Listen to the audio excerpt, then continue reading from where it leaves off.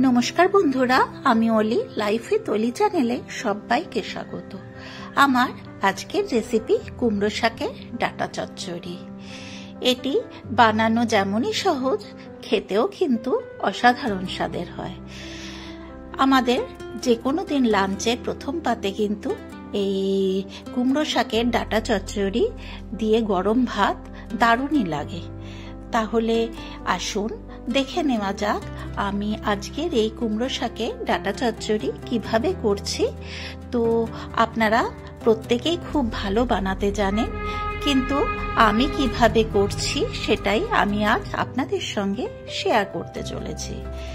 এটি সাবেকি একটি রান্না, ভীষণই ভালো লাগে গরম ভাতের সঙ্গে যে কোনো দিন লাঞ্চের প্রথম পাতে খেতে। তাহলে চলুন দেখে নেওয়া যাক আমি আজকের এই কুমড়ো শাকের ডাঁটা চচ্চড়ি কিভাবে বানাচ্ছি। এই যে দেখুন, আমার বাড়িতে কুমড়ো শাক হয়েছে, তো এখান থেকেই আমি কুমড়ো শাক ডাঁটা সমস্ত কিছু কেটে নেব, নিয়ে তারপরে আমি রান্না করব। এই যে দেখুন, আমি খুব ভালো করে শাকটাকে ধুয়ে কেটে নিয়েছি। আর ডাঁটাগুলো যেমন লম্বা লম্বা, সেইভাবে আমি কিন্তু এখানে যে সবজিগুলো নিয়েছি সবজিগুলো এইরকম লম্বা লম্বা ভাবে কেটে নিয়েছি। সবজির মধ্যে আছে আলু, কুমড়ো, পটল, ঝিঙে আর বেগুন। আপনারা অনেকেই জানেন যে কুমড়ো শাকে কুমড়ো দেওয়া যায় না, সেটা যদি একই গাছের কুমড়ো হয়, কিন্তু এটা বাজারের কেনা কুমড়ো, তাই আমি দিলাম। আর এই যে দেখুন, এখানে আমি কড়াই বসিয়ে দিয়েছি, আর কড়াইতে আমি 10-12টা বড়ি খুব ভালো করে ফ্রাই করে নিয়েছি। প্রথমে শুকনো কড়াতে একটু বড়িগুলো ভেজে নিয়েছি, তারপরে আমি অল্প খানিকটা তেল দিয়ে বড়িগুলোকে ভেজে নিয়েছি। বড়িগুলো আমার খুব ভালো করে ভাজা হয়ে গেছে। এরপরে আমি বড়িগুলো একটা পাত্রের মধ্যে তুলে নেব।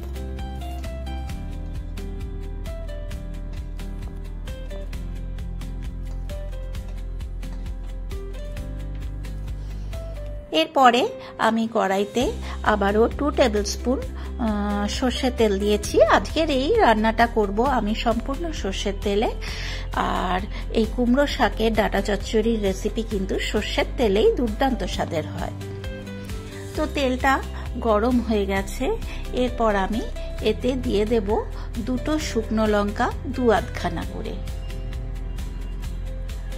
আর দিয়ে দিলাম একটা তেজপাতা। এরপরে আমি দিয়ে দিচ্ছি 1 টিস্পুন 5 ফোড়ন।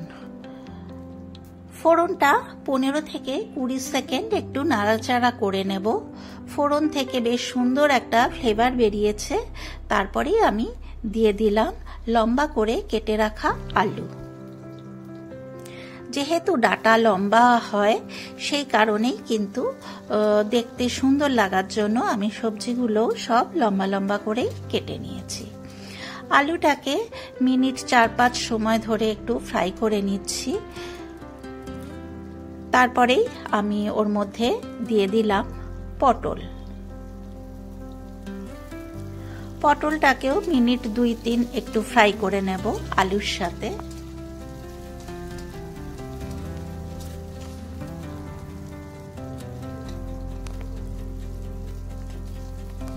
পটলটা আমার ফ্রাই হয়ে গেছে। এরপরে আমি দিয়ে দিলাম কুমড়ো। কুমড়ো শাকের ডাঁটা চচ্চড়িতে কিন্তু কুমড়ো দিলে এর স্বাদ আরো বেশি ভালো হয় বলে আমার মনে হয়। আপনাদের যদি অপছন্দের হয় তাহলে কুমড়োটা স্কিপ করতে পারেন, কিন্তু আমার যেহেতু ভীষণই ভালো লাগে সেই কারণেই আমি কুমড়োটা দিলাম। আর দিয়ে দিলাম বেগুন। বেগুনটাকেও দেখুন আমি লম্বা করে কেটে নিয়েছি। বেগুনটাকেও আমি ফ্রাই করে নেব মিনিট 2-3 সময় ধরে। এই সময় আমি দিয়ে দিলাম 2 টিস্পুন নুন। নুনটা দিয়ে সবজিগুলোকে খুব ভালো করে ফ্রাই করে নিচ্ছি। সবজি যদি ভালো করে ভাজা হয় তাহলে কিন্তু এর স্বাদ আরো বেশি ভালো হয় বলে আমার মনে হয়। শেষে আমি দিয়ে দিলাম ঝিঙে। ঝিঙেটা যেহেতু নরম তাড়াতাড়ি হয়ে যায় সেই কারণেই আমি পরে দিলাম। এরপরে আমি দিয়ে দিলাম ডাঁটা। ডাঁটাগুলোকেও সমস্ত সবজির সঙ্গে আমি একটু মিনিট 3-4 সময় ধরে ফ্রাই করে নেব।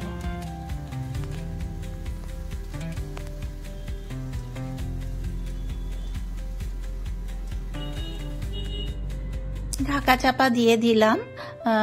আর এদিকে আমি একটা মশলা বানিয়ে নেব। এখানে আমি দিয়ে দিলাম কালো সর্ষে আর দিয়ে দিলাম হলুদ সর্ষে।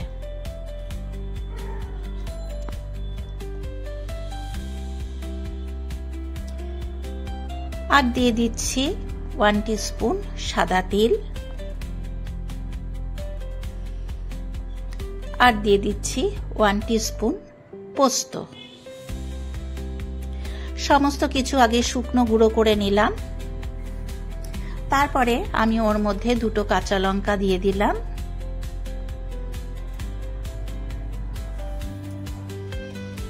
অল্প খানিকটা জলও অ্যাড করে দিলাম। এরপরে মশলাটার একটা মিহি পেস্ট বানিয়ে নেব। এই যে দেখুন মশলাটার একটা মিহি পেস্ট বানিয়ে নিয়েছি। এদিকে সবজিগুলো ঢাকা চাপা দিয়ে কুক করতে দিয়েছিলাম, তো ঢাকা চাপা খুলে দিলাম। তো আমার সবজিগুলো কিন্তু খুব ভালো করে ফ্রাই হয়ে গেছে। আর দিয়ে দিলাম সর্ষে, পোস্ত, তিল, সমস্ত কিছুর যে একটা পেস্ট বানিয়েছি সেটাকে অ্যাড করে দিলাম। আর মিক্সির বাটি ধোয়া অল্প খানিকটা জল অ্যাড করে দিলাম, যাতে সবজিগুলো খুব ভালোভাবে সেদ্ধ হয়ে যায়। আবারও সর্ষে, পোস্ত, তিল বাটাটা আমি সমস্ত সবজির সাথে খুব ভালো করে মিশিয়ে নিচ্ছি।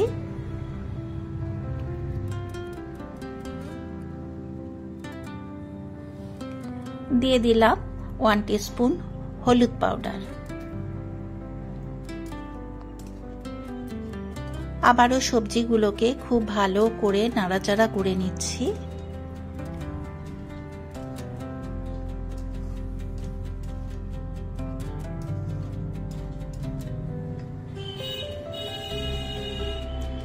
এরপরে আমি দিয়ে দিলাম কুমড়ো শাক।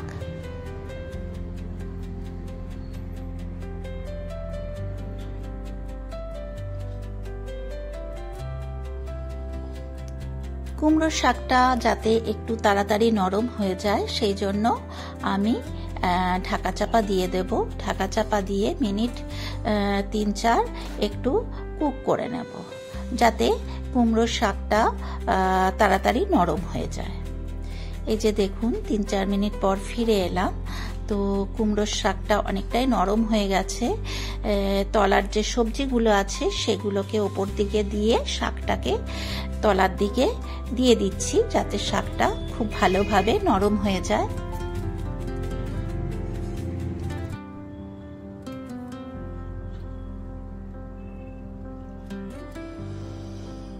মিক্সির বাটিটা খুব ভালো করে ধুয়ে একটু মশলা লেগেছিল, সেই কারণেই আবারও অল্প খানিকটা জল দিয়ে আমি বাটিটা ধুয়ে জলটা দিয়ে দিলাম, যাতে কুমড়ো শাক, ডাঁটা সমস্ত কিছু খুব ভালো করে সেদ্ধ হয়ে যায়। আর যেহেতু শাকটা একটু মিষ্টি মিষ্টি হলে খেতে ভালো লাগে, সেই জন্য এখানে আমি 2 টিস্পুন চিনি অ্যাড করলাম। আর আবারও 2 কাঁচা লঙ্কা অ্যাড করে দিলাম। একটু ঝাল মিষ্টি হলেই কিন্তু এর টেস্ট বেশি ভালো হয় বলে আমার মনে হয়। তো ঝালটা আপনারা আপনাদের পছন্দ মতন দেবেন। আমার একটু ঝাল মিষ্টি হলেই ভালো লাগে, সেই কারণে আমি যেমন ঝাল দিয়েছি তেমনি মিষ্টিও দিয়েছি। দুটোই কিন্তু আপনারা আপনাদের পছন্দ মতো দেবেন। আবারও খুব ভালো করে নাড়াচাড়া করে নিচ্ছি।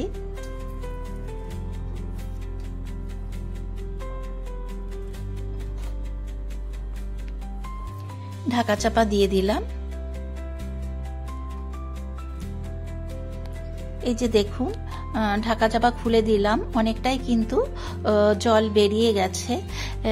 এরপরে আমি ভেজে রাখা বড়িটাও ওর মধ্যে অ্যাড করে দিলাম, দিয়ে বড়িটাকেও সবকিছুর সাথে খুব ভালো করে মিশিয়ে নিচ্ছি যাতে বড়িগুলো শাকের সাথে খুব ভালো করে কুক হয়ে যায়।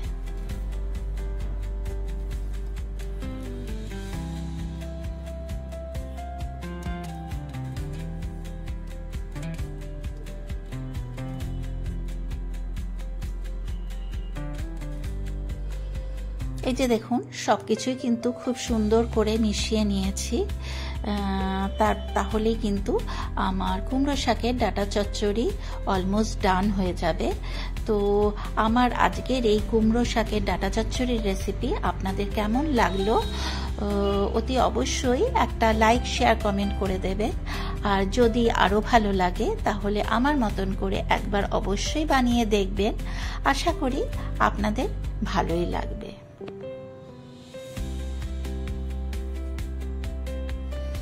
এই যে দেখুন কুমড়ো শাকের ডাঁটা চচ্চড়ি কিন্তু একদম রেডি হয়ে গেছে। তো আমি একটা পাত্রের মধ্যে পরিবেশন করার জন্য তুলে নিয়েছি। এই হচ্ছে আমার কুমড়ো শাকের ডাঁটা চচ্চড়ির ফাইনাল লুক। কেমন হয়েছে অতি অবশ্যই কমেন্ট করতে ভুলবেন না। আর যারা আমার চ্যানেলে নতুন, এখনো পর্যন্ত আমার চ্যানেল সাবস্ক্রাইব করেনি, তাদেরকে আমার চ্যানেল সাবস্ক্রাইব করার জন্য অনুরোধ রইল। আর পাশে যে বেল বাটনটা আছে সেটাতে প্রেস করে দেবেন, তাহলেই আমি নিত্য নতুন যা যা ভিডিও আপলোড করব সেগুলোর নোটিফিকেশন খুব তাড়াতাড়ি আপনাদের কাছে পৌঁছে যাবে। আজকের মতন এই পর্যন্ত। এরপর আমি হাজির হব অন্য কোনো দিন অন্য কোনো নতুন ভিডিও নিয়ে। আপনারা সবাই সুস্থ ও ভালো থাকবেন। ধন্যবাদ।